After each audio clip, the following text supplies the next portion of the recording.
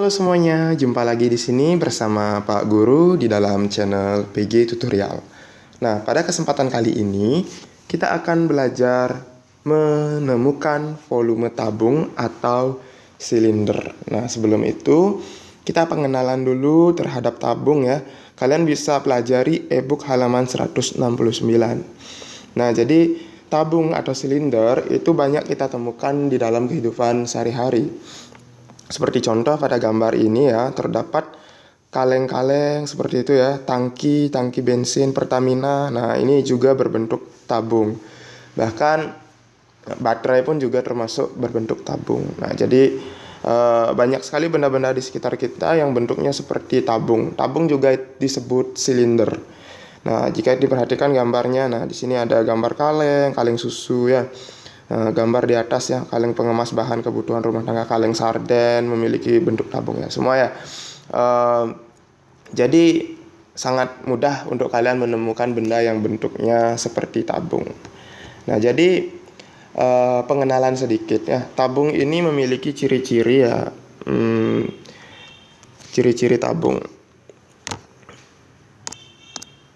Jadi ciri-cirinya itu pertama, satu, alas dan tutup berbentuk lingkaran.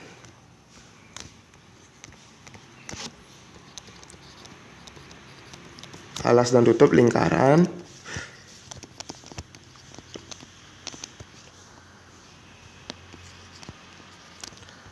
Dua,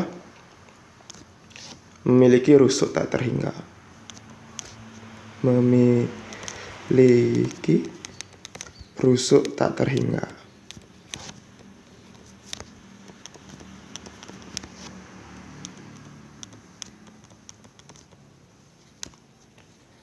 Nah, jadi kalau misalnya kalian bingung ya yang dengan yang nomor 2 ya. Kalau nomor 1, Pak Bayu yakin kalian nggak akan bingung ya. Jadi alas dan tutupnya itu maksudnya ya tentu saja yang di bawahnya ya. Tabung itu alas dan tutupnya itu berbentuk lingkaran. Nah, sedangkan yang nomor 2 memiliki rusuk tak terhingga. Jadi begini, maksud rusuk tak terhingga itu adalah ketika kalian melihat tabung ya, tabung itu sebenarnya adalah prisma ya. Jadi tabung itu juga prisma, tetapi prisma tak terhingga. Nah, jadi kita prisma itu kita mulai dari yang segi yang terkecil ya, prisma segitiga. Nah, prisma segitiga itu rusuknya ada berapa? Tentu saja ada sesuai dengan jumlah segitiganya. Nah, seperti ini ya. Nah, jadi prisma segitiga kita hitung dari atas 1, 2, 3. Kemudian dindingnya 1, 2, 3 ya. Sudah 6. 1, 2, 3 lagi sudah 9. Berarti rusuknya ada 9. Rusuknya itu yang ini. Ini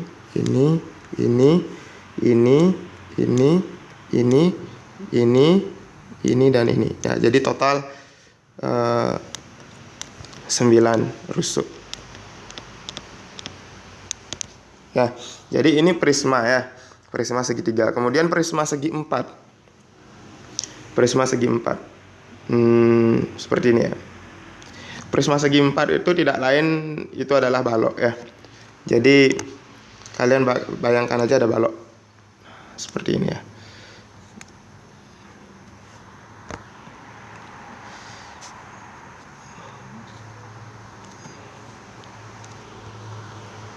Ini adalah prisma segi 4 ya.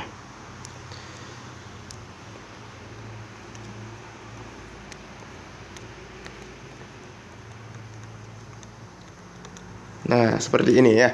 Jadi ini merupakan prisma segi 4. Rusuknya kita hitung lagi 1, 2, 3, 4, 5, 6, 7, 8, 9, 10, 11, 12. Nah, jadi total ada 12 rusuk. Ini prisma segi 4 ya, karena balok itu disusun berdasarkan segi 4. Nah, jadi ada segi 4, alas dan tutupnya berbentuk segi 4 seperti itu. Oke. Nah, sekarang bagaimana kalau prisma segi 5? Prisma itu terus bisa dibuat ya, prisma segi 5 misalnya. Berarti ada segi 5 ya sebagai alas dan sebagai tutupnya. Kita buat segi 5-nya dulu. Pak Bayu belum terlalu bisa menggambarnya, tapi ya semoga lumayan bagus lah. Nah, seperti ini misalnya. Wah, malah jadi segi 6. Ya, nggak apa-apa. Prisma segi 6 ya misalnya.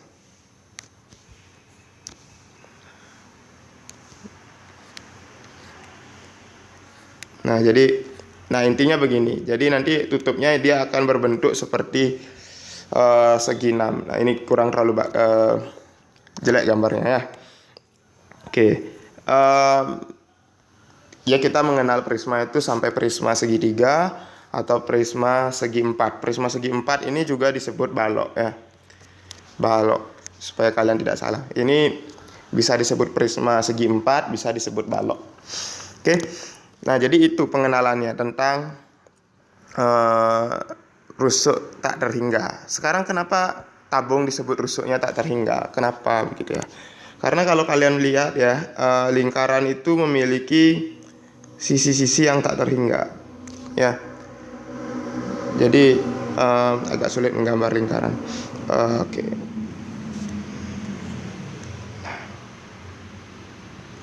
Nah, seperti ini ya tabungnya. Nah, seperti ini. Jadi kalau kalian hitung sisi-sisi yang ada pada lingkaran, itu jumlahnya tak terhingga ya. Sehingga kita bisa simpulkan bahwa kalau tabung itu memiliki rusuk yang tak terhingga. Jadi tidak bisa didefinisikan rusuk tabung itu ada berapa. Oke. Nah, sekarang ke ciri-ciri selanjutnya, yaitu ciri-cirinya permukaan ya, terdiri dari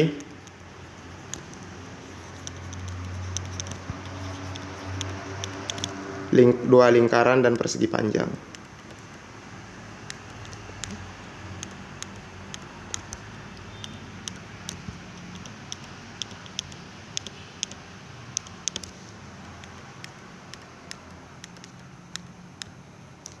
Oke, jadi permukaannya itu terdiri dari dua lingkaran dan persegi panjang. Kenapa dua lingkaran dan persegi panjang?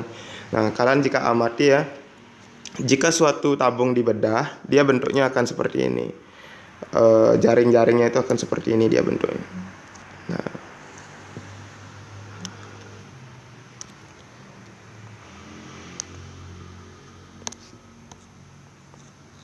Nah, jadi ini akan jadi alas, ini jadi tutup, ini dinamakan selimut. Nah, selimutnya ini berbentuk persegi panjang seperti itu. Oke, jadi itu saja rasanya untuk ciri-ciri dari tabung. Nah, sekarang bagaimana untuk menentukan volume tabung? Nah, perhatikan gambar tabung berikut. Kalian lihat ya, amati dengan seksama. Nah, perhatikan gambar tabung berikut.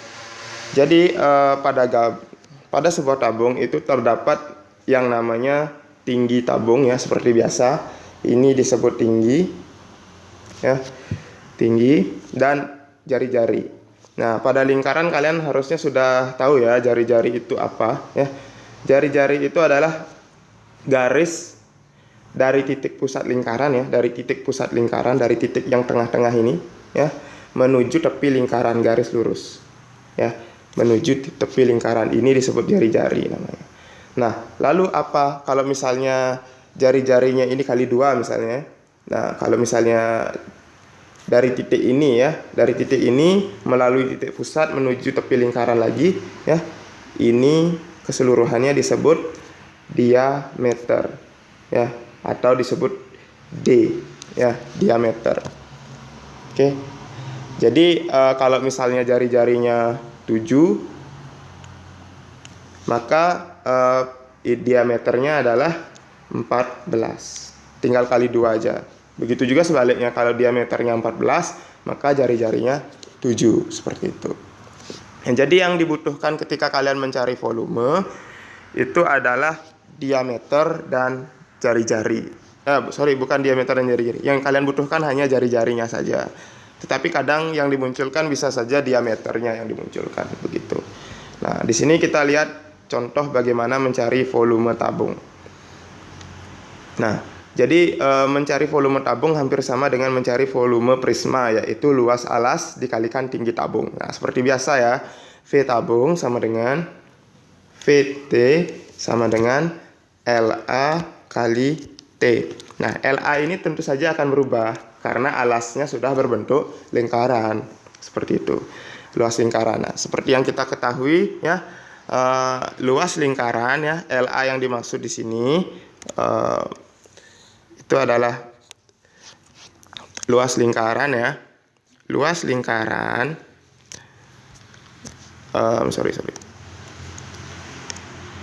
luas lingkaran ini bukan O ya, ini maksudnya lingkaran ya. Luas lingkaran itu sama dengan VR kuadrat. V kali R ya, titik ini maksudnya kali ya, R pangkat 2. Jadi V ini bisa bernilai, V bisa sama dengan, V itu bisa sama dengan 22/7 atau sama dengan 3,14 ya. Jadi 22/7 ini digunakan untuk jari-jari kelipatan 7, sedangkan untuk 3,14 ini digunakan untuk jari-jari yang bukan kelipatan 7. Ini K7 sama dengan K7. Kalau 3,14 ini jari-jari yang tidak sama dengan kelipatan 7, yang bukan kelipatan 7. Jadi seperti itu ya. Nah, kalian harus ingat ya rumus luas lingkaran dulu, V kali R pangkat 2. Nah, jadi nanti pasti akan dijabarkan ya, VR kuadrat ditambah kali T gitu aja. V, LA-nya V kali R, V kali R pangkat 2 kali T ya. Nah, begitu. Jadi seperti itu penjabaran luas alasnya. Nah, sekarang bagaimana jika kita menentukan volume tabungnya langsung. Oke. Nah, contoh. Nah, di sini ada, hitunglah volume tabung di bawah ini. Jadi di sini jari-jarinya ya sudah diketahui. R itu jari-jari ya. Oke. R ini adalah jari-jari. Ini R ya. R. Kalau misalnya penuh dari sini, nah ini disebut D. Ya, panjang dari lingkarannya itu disebut D ya. Nah, sekarang kita tinggal masukkan ke dalam rumusnya saja. Nah, karena di sini menggunakan angka 7 ya, berarti kita menggunakan V yang 22/7. V sama dengan V-nya 22/7, bisa diterjemahkan, turunkan langsung V-nya 22/7. 7 kali jari-jarinya 7 ya, R pangkat 2. R pangkat 2 itu adalah R kali R ya. Berarti kita langsung aja tulis 7 kali 7 kali T. T-nya adalah 20. T-nya 20, berarti tinggal tulis 20. Sudah, tinggal dilakukan perhitungan saja. Nah, jadi untuk menghitungnya kalian bisa lakukan dengan cara menghitung manual ya. Jadi ini hasilnya adalah 3080. Lalu bagaimana cara proses hitungnya gitu ya. Kalian bisa dengan cara seperti ini. Coret 7 ya, karena 7 bagi 7 ya, sehingga kita bisa langsung hitung 22 kali 7 kali 7 kali 7,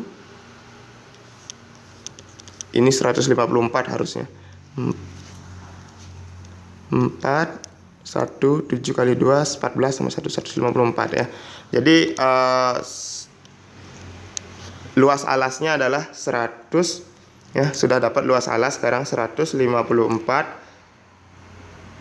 cm pangkat 2. Nah, kali tingginya sekarang, tingginya 20 cm. Jadi begitu ya. Nah, sampai di sini kalian masih bisa menuliskan tanpa satuan cm seperti itu, nggak masalah. Yang penting nanti di proses ini ya, di proses ini benar kalian nulis satuannya, kalian nulis juga perpangkatannya seperti itu. Karena sudah perpangkat yang berbeda. Ini tinggal dikali saja ya. Jadi 154 kali 2. 154 kali 2 itu adalah 308. 308 tambah 0 ya, Pak Bayu gitu mikirnya. 308 tambah 0. Karena kalau 154 kali 20, kalian pikirkan saja dulu 154 kali 2. Sudah dapat hasil 308, baru nolnya muncul lagi di kanan begitu.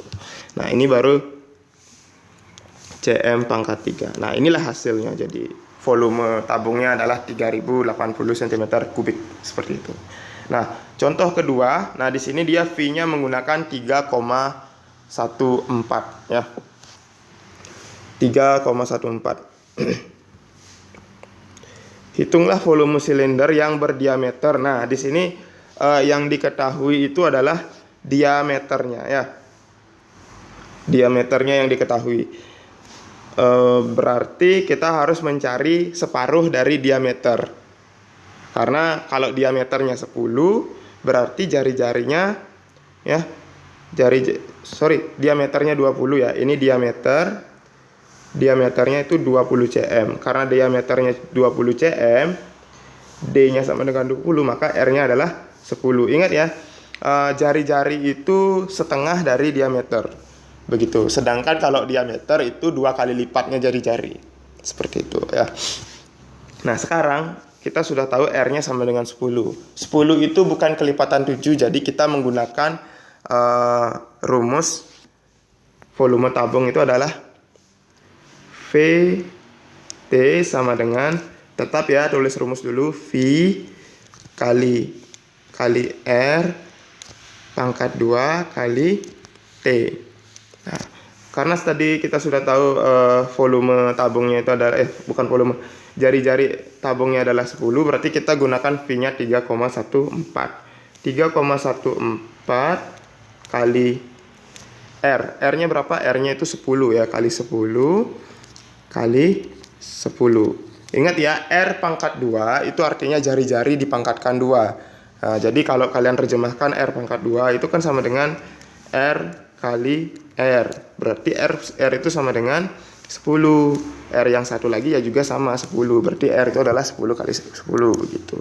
Supaya tidak bingung kok bisa 10 kali 10 begitu. Jadi R kuadrat itu 10 kali 10. Kemudian setelah itu kali T. T-nya tadi berapa? Nah, tingginya adalah 30 cm. Tingginya 30. Nah, di sini kalian masih bisa menuliskan tanpa satuan, tidak masalah ya. Tapi nanti ketika sudah mendapatkan luas, langsung ditulis satuannya. Nah, sekarang kalian tinggal kali saja ya.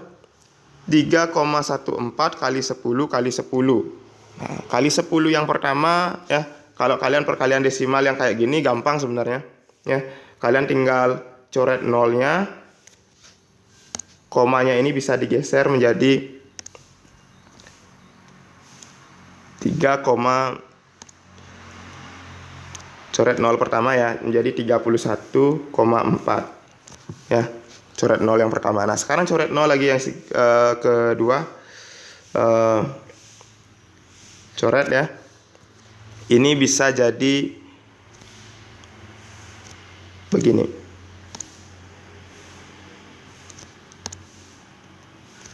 Nah, jadi bisa seperti ini dia, hilang dia komanya ya.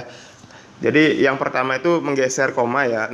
Setiap perkalian ada nilai nolnya ya di kanan itu dia akan menggeser koma seperti itu. Jadi kalau kalian mau pakai manual pun nggak masalah sebenarnya. 3,14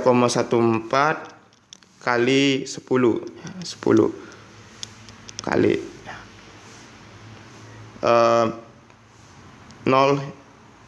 0 kali 314 itu aja ya, 314. Kemudian 1 kali 4 1 3 seperti itu.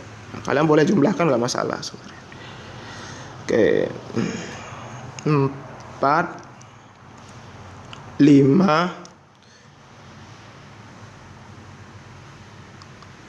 4, 3. Kok salah? Ntar dulu.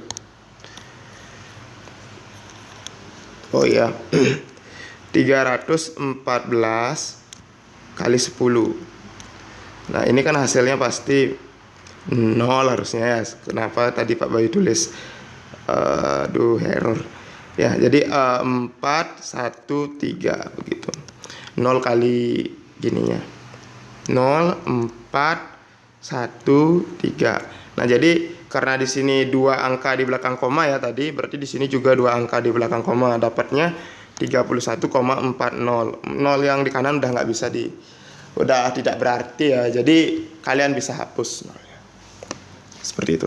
Nah, kemudian dikali 10 lagi. Kali 10 lagi, geser aja komanya ke sini. Ini geser aja dia, jadi nggak ada koma gitu. Jadi 314. Sehingga dapat 314 cm pangkat 2. Itu adalah luas lingkarannya ya, alas dari tabung. Kemudian kali 30. 314 kali 30 kali 30, kalian bisa dengan cara 314 kali 3 begitu saja. 4 kali 3 hasilnya adalah 12 ya. Simpan 1, 3 kali 1 3, tambah 1 4, 3 kali 3 9, berarti 942. Ingat ada nolnya. 942